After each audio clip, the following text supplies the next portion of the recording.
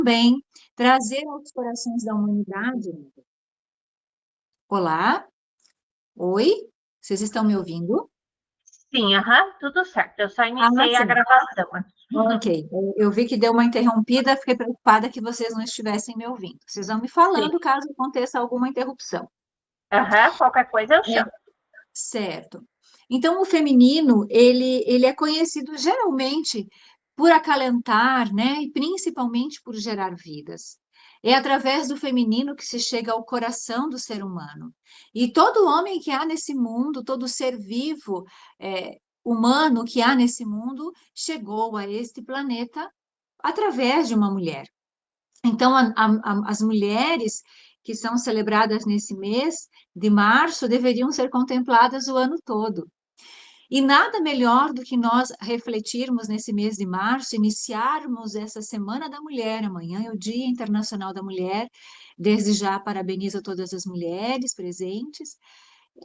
Nada melhor do que nós celebrarmos a semana e o mês da mulher com a presença e a reflexão sobre Maria, a mãe de Jesus, Maria de Nazaré. Ela, que é a maior mulher que nos trouxe, foi o portal, aquela que trouxe para nós o maior homem que já pisou nesta terra, neste planeta. Aquele homem perfeito, conhecido como Jesus, né, o nosso modelo e guia. Para que a gente possa entender um pouco mais sobre a vida de Maria, porque esta é a proposta da noite, que a gente consiga entender um pouco sobre a trajetória de Maria na Terra e também as lições que ela nos deixa para os nossos corações, para que a gente aprenda com ela, eu gostaria de contar para vocês como era a realidade de Maria naquela época, a realidade das mulheres na época do tempo de Jesus. Nós sabemos que hoje ainda existe muita diferença, muita distinção entre o papel do homem e da mulher na sociedade. A gente não pode dizer que o machismo ele não existe, mas certamente nós podemos afirmar que já foi muito pior, não é? Porque nos tempos de Jesus, a mulher, ela era uma escrava, primeiramente do seu pai até o casamento e depois do casamento, ela era uma serva do seu marido. Então a mulher não tinha voz, não tinha vez. Aliás, ela não poderia se comunicar em público com nenhum homem, com nenhuma pessoa estranha, sem autorização do seu pai ou do seu marido. Ela vivia trancafiada nas suas casas, as casas geralmente com as janelas gradeadas, então eram verdadeiras prisões. Cabia a ela o papel de gerar e cuidar da casa e educar os seus filhos. Então, essa era uma realidade muito diferente da realidade de hoje. As mulheres tinham que andar cobertas, né, com o rosto e o cabelo coberto. Em algumas sociedades ainda é assim, desse modo mais primitivo. Então, nós, mulheres, aqui do Ocidente, temos até um certo privilégio, pode-se dizer assim, por termos alcançado tantas conquistas no território feminino, no território da mulher. E Jesus, ele veio justamente escolher muitas mulheres, né, que são citadas ao longo do Evangelho, como uma quebra de paradigma. Jesus ele veio mostrar que a mulher tinha sua grandeza, então ele veio colocar esta mulher em evidência, né, no trabalho que o evangelho requeria e tratava elas com muito carinho e respeito. Então, em todos os evangelhos, Jesus se dirigia à mulher com misericórdia, com igualdade e com respeito. Desta forma, a gente pode pensar que ele foi muito bem educado.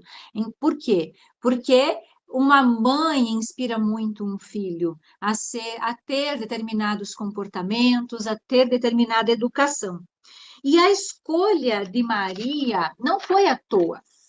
Quando Maria foi designada para ser a mãe de Jesus, Maria já era um espírito puro, muito possivelmente não aqui do planeta Terra, ou seja, Maria não veio para a Terra para expiar provas, ela não veio com débitos, ela veio justamente como uma missionária, uma missão, cumprir uma missão de trazer Jesus ao mundo.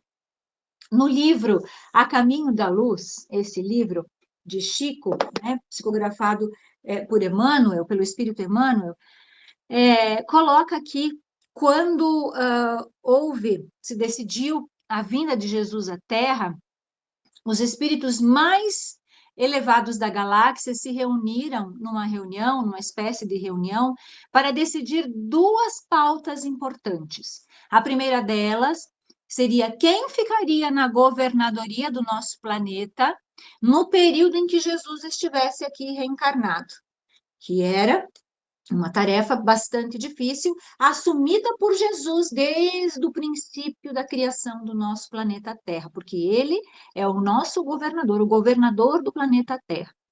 E a segunda pauta, para vocês verem a importância, é quem seria escolhida para ser a mãe de Jesus.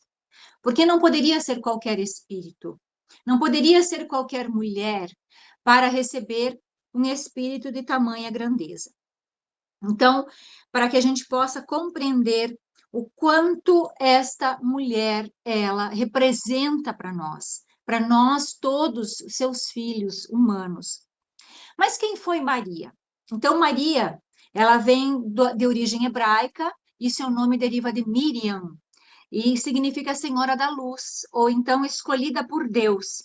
Ela é filha de Joaquim e Ana, foi educada dentro da educação hebraica, né, dentro dos princípios hebraicos, mais ou menos entre 18 e 20 antes de Cristo, em Nazaré, na Galileia, onde ela viveu a sua infância. Por isso, Maria de Nazaré, Jesus de Nazaré. Jesus levou o nome da mãe dentro da sua identificação. Acredita-se que Maria tenha casado por volta de 14 anos de idade. Não se surpreendam, porque as meninas daquela época, eu digo meninas porque hoje a gente denomina meninas, elas casavam, elas já eram prometidas antes dos 12 anos de idade, com 12 já podia casar, né? E então elas não tinham como escolher até os 12 anos o seu cônjuge. Após os 12, elas até poderiam recusar, mas é um preço muito, muito alto que nenhuma se dispunha a recusar. Então, Maria casou-se também muito cedo, de acordo com a lei. E aí eu chamo a atenção de vocês, porque aos 14 anos mais ou menos, pouco mais, talvez, vamos colocar que 15, 16, quem sabe, ela tenha recebido a visita do anjo Gabriel, né, que fez a anunciação da vinda do Salvador através de Maria, que ela receberia Jesus. Ela tinha mais ou menos entre 14 e 16. Eu quero que vocês tentem pensar como é que era a mentalidade de vocês aos 14 anos de idade. Será que nós éramos pessoas maduras? Será que nós tínhamos condições de decidir, equilíbrio emocional? É claro que não. Nós não tínhamos esse amadurecimento, mas Maria tinha. Maria, por sua elevação, por sua sabedoria, por sua bondade, prontamente aceitou o pedido do anjo, a promessa da vinda do Senhor. Tanto que nós, boa parte de nós, não sei vocês, mas eu fui educada dentro da religião católica e lá se enaltece muito o papel de Maria. Então, a gente aprende desde pequenininho a Ave Maria. Ave Maria, cheia de graça, o Senhor é convosco. Bendita sois vós entre as mulheres e bendito é o fruto do vosso ventre, Jesus. Então, essa oração a gente sabe de cor desde pequenininhos. Por quê? Porque Maria é exaltada como essa grande mulher. E ela responde ao anjo: Eis aqui a serva do Senhor, faça-se em mim segundo a vossa palavra. E o anjo Gabriel continuou amparando a missão de Maria ao longo de toda a vida de Maria, a criação de Jesus. Ele foi possivelmente o seu anjo protetor, né? O seu espírito protetor. Deixa eu mostrar para vocês como é que Maria, o rosto de Maria, é conhecido nas esferas espirituais e descrito atualmente. Chico, através da psicografia de Chico, então Emmanuel ditou, e o fotógrafo Vicente Avela, ele fez uma foto que está retratada na capa deste livro. Não sei se vocês conseguem ver. Conseguem perceber o rosto de Maria? Dá para ver?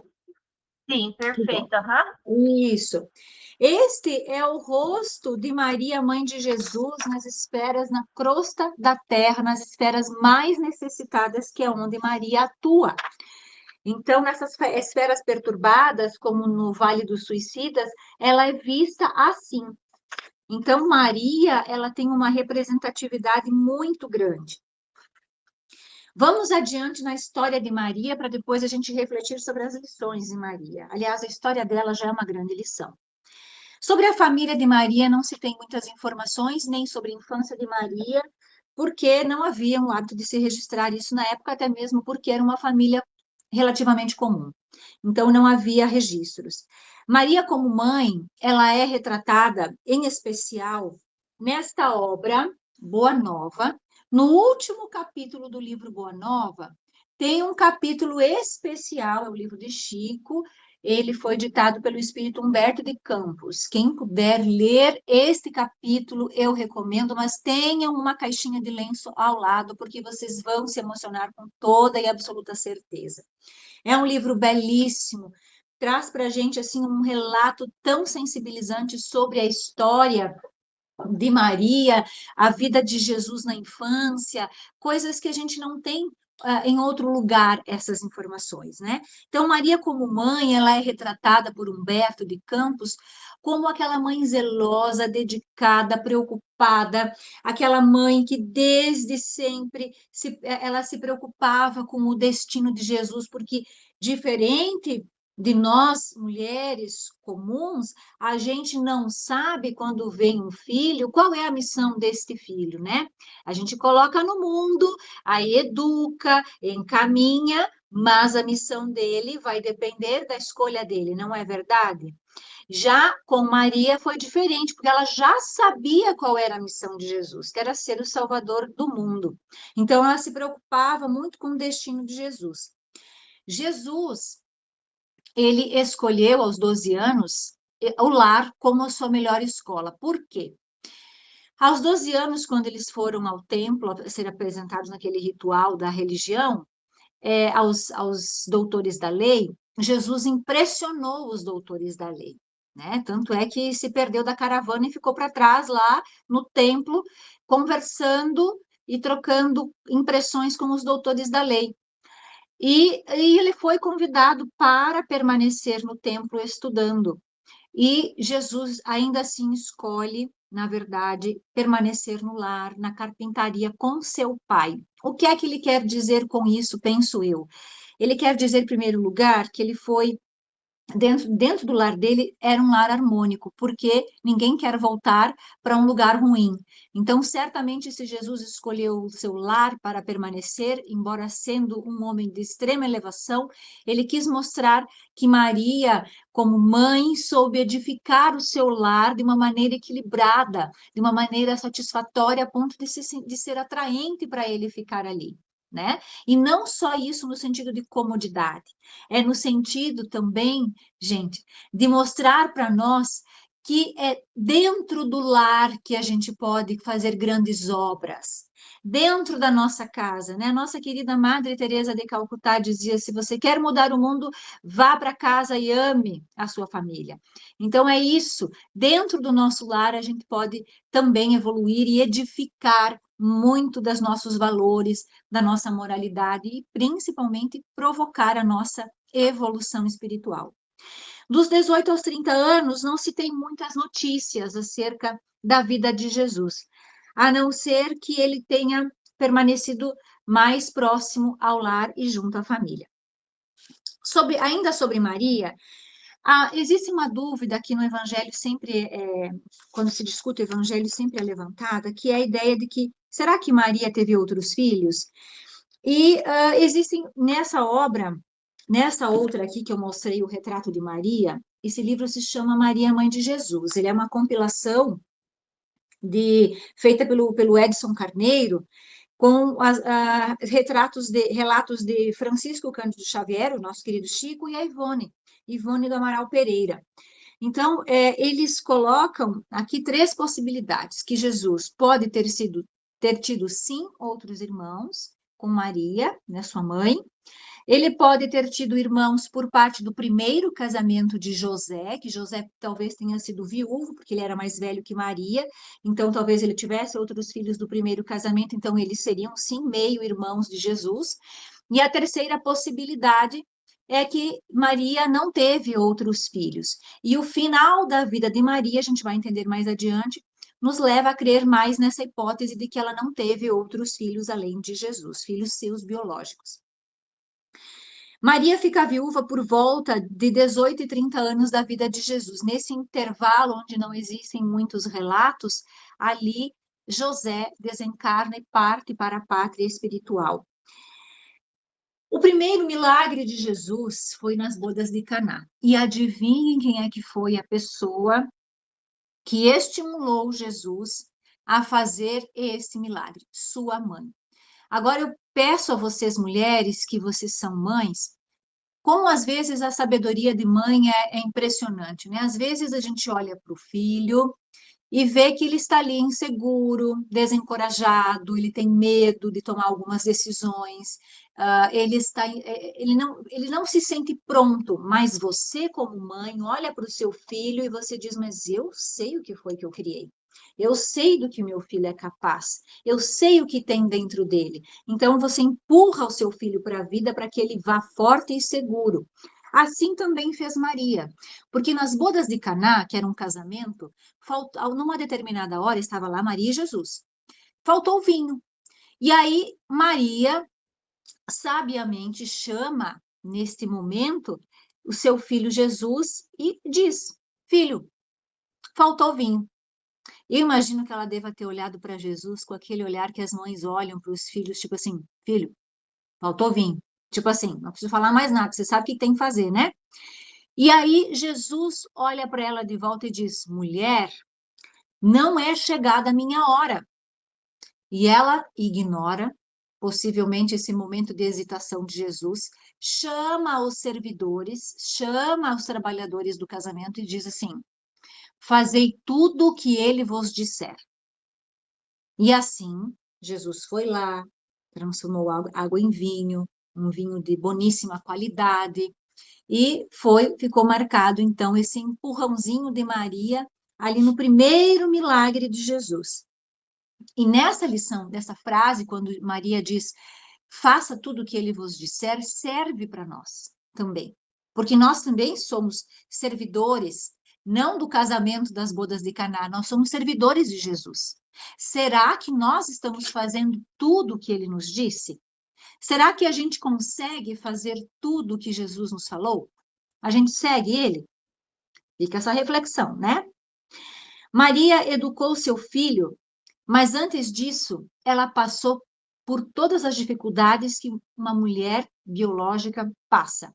Ela passou pela gestação, ela passou pelas dores do parto e principalmente pelas dificuldades do parto, porque foi numa época em que não havia anestesia, não haviam recursos, não tinha pano limpinho, não tinha cama de hospital, não tinha uma assistência médica, não tinha nem sequer uma parteira, porque foi num estábulo. Então, imaginem a rejeição de Maria quando, batendo de porta em porta, lá, né, naquela época, as hospedarias todas lotadas, não tinha espaço para Jesus nascer, as portas se fechando, ninguém acolhendo, ninguém com empatia o suficiente para receber Jesus, receber Maria, receber José naquele momento de dificuldade. Então, alguém oferece o estábulo, eles aceitam e Jesus vem ali. Imaginem a dificuldade, ela passou por tudo isso, né?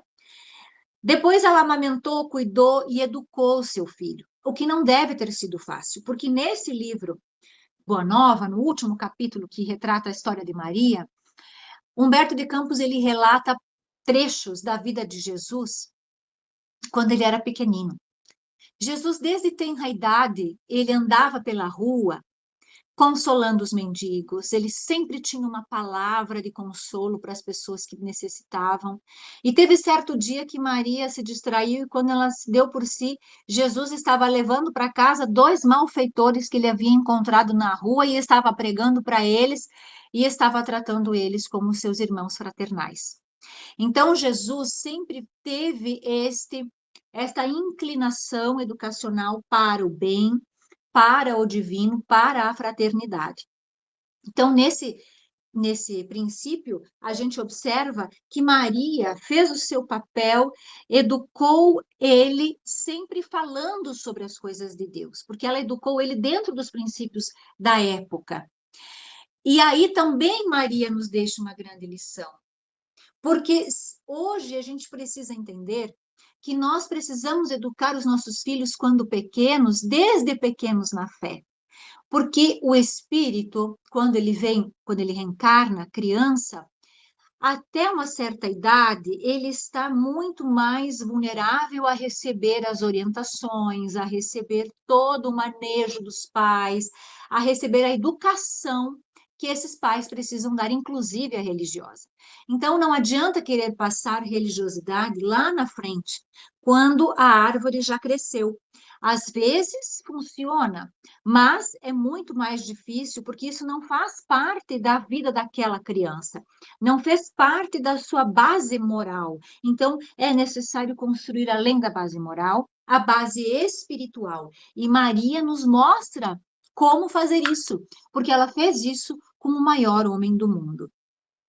Ela, mais tarde, além de ter visto o filho crescer em inteligência, em sabedoria, em bondade, fazer todos os milagres que Jesus fez, ajudar tantas pessoas como ele ajudou, ela ainda assim viu o seu filho padecer no Calvário. Ela teve que entregar o seu filho à cruz, numa dolorosa passagem que ela presenciou. Então, Maria sempre foi acompanhada da coragem e da fé. Após a morte de Jesus, Maria estava aos pés da cruz, juntamente com mais duas mulheres, e mais João, né? Então, João, o apóstolo, porque os demais apóstolos naquele momento fugiram. Ficou somente João. João veio e Jesus tinha dito, né? Tinha dito a Maria que Maria, mulher, eis aí o teu filho. E olhou para João e disse: Filho, eis aí a tua mãe. Foi um gesto simbólico, uma fala simbólica, onde ele estava consagrando Maria como mãe de todos, independente dos laços biológicos. Maria estava sendo consagrada como a mãe de todos nós, neste momento. Então, ela vivenciou esses desafios da maternidade muito cedo, mas ainda assim venceu, numa época de muitas, muitas dificuldades. Nós chamamos Jesus de mestre, de governador, de sublime modelo, e Maria chama ele de filho. É uma honra muito grande, não é?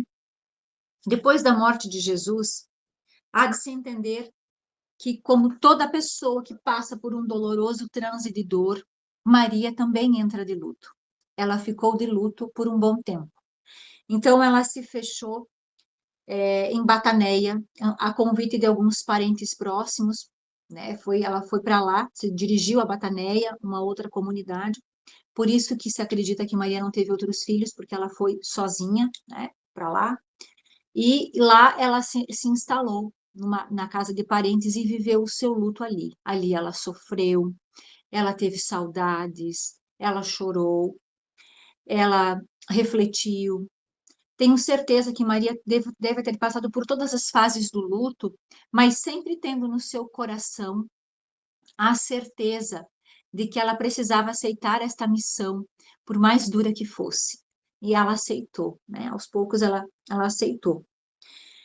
Num dado tempo, passado o período de luto, ela recebe a visita de João, aquele João da cruz ali, né? O discípulo. Chegou para Maria e disse: Maria, eu fui pregar a Boa Nova, porque todos os discípulos, após a morte de Jesus, foram pregar a Boa Nova no mundo, né? João também. E ele pregou para um príncipe muito rico e acabou ganhando desse príncipe, em forma de agradecimento, uma pequena casinha pobre, bem pobre, no topo de uma colina, com vista para o mar. E convidou Maria para que Maria fosse morar naquela casinha.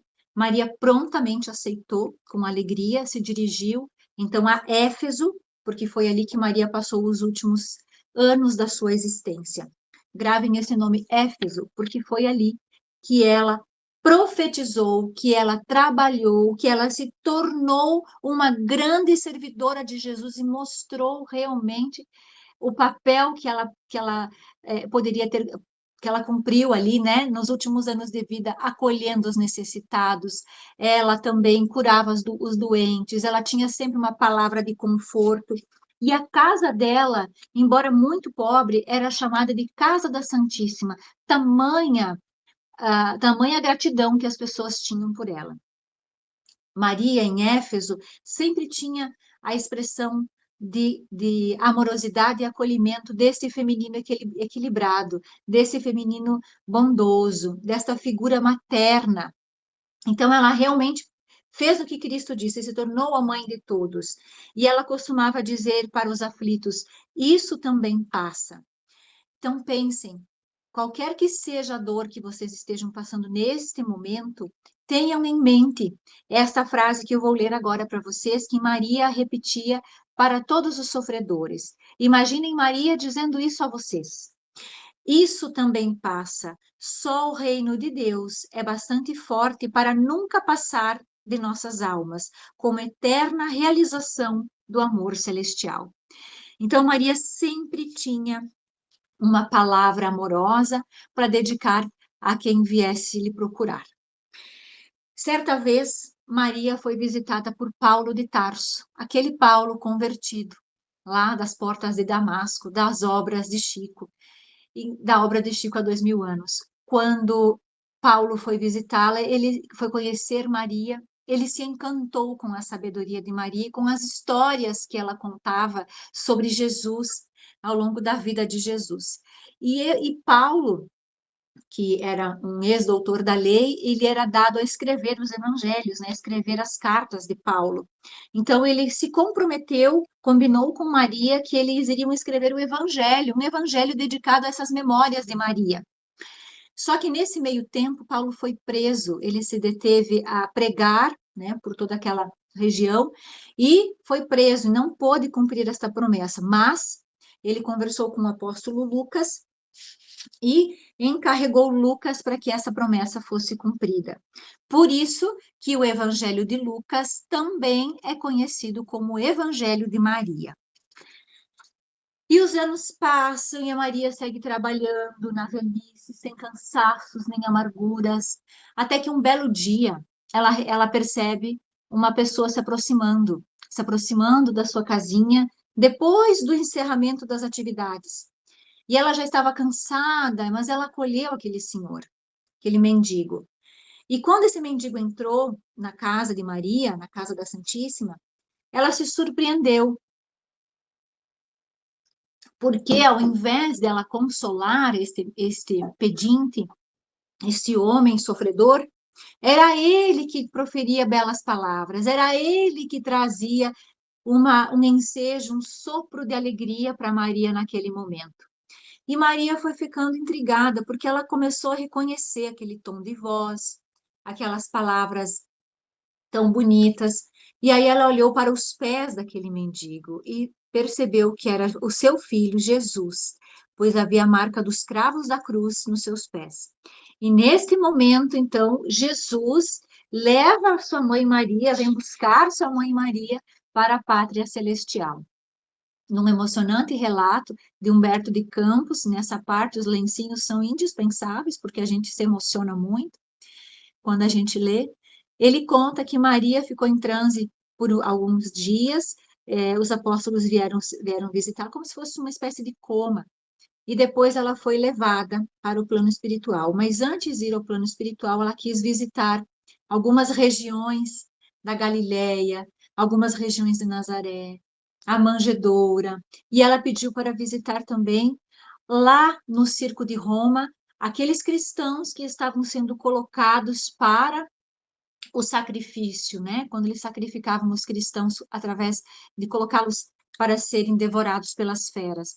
E quando esses cristãos estavam ali na cela, ela chegou, se aproximou em espírito e inspirou uma escrava para que ela pudesse cantar um belo louvor de gratidão a Deus, para que eles pudessem ir em espírito muito mais tranquilos para o derradeiro sacrifício. Então, assim aconteceu. E depois disso, Maria foi, então, recebida no plano espiritual. E, na verdade, as atividades de Maria não pararam após a sua partida, após o seu desencarne. Maria continuou trabalhando, Maria continuou a sua missão lá do plano espiritual.